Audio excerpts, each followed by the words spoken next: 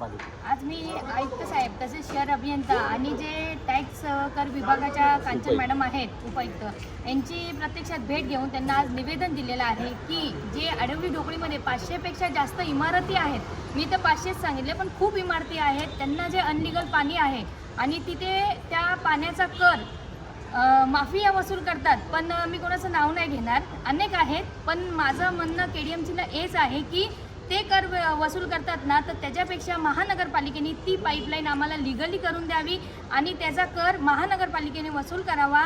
आणि जी आमची समस्या आहे आडवली ढोकळीमधील, जे आज आम्ही प्रत्येक वेळेस महानगरपालिकेमध्ये येतो तर ते म्हणतात की निधी नाही आहे, तुम्ही निधी आमदार खासदार तसेच MMRD यांच्याकडनं मागवून आम्हाला द्या, आम्ही कामं करून देतो. तर माझं म्हणणं एवढंच आहे, याच्यावरती तातडीने लक्ष द्यावं आणि हा जो कर वसूल होतो हा महानगरपालिकेच्या डिपार्टमेंटमध्ये कर वसूल होऊ दे आणि त्याच्यातनं आमच्या आडवली ढोकळीचा विकास होऊ दे आणि आम्हाला कोणालाही मागायची गरज पडणार नाही.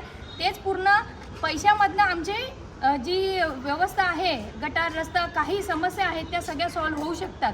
म्हणून आज आम्ही आयुक्तांची भेट घेतलेली आहे आणि त्यांना हे दाखवून दिलेलं आहे.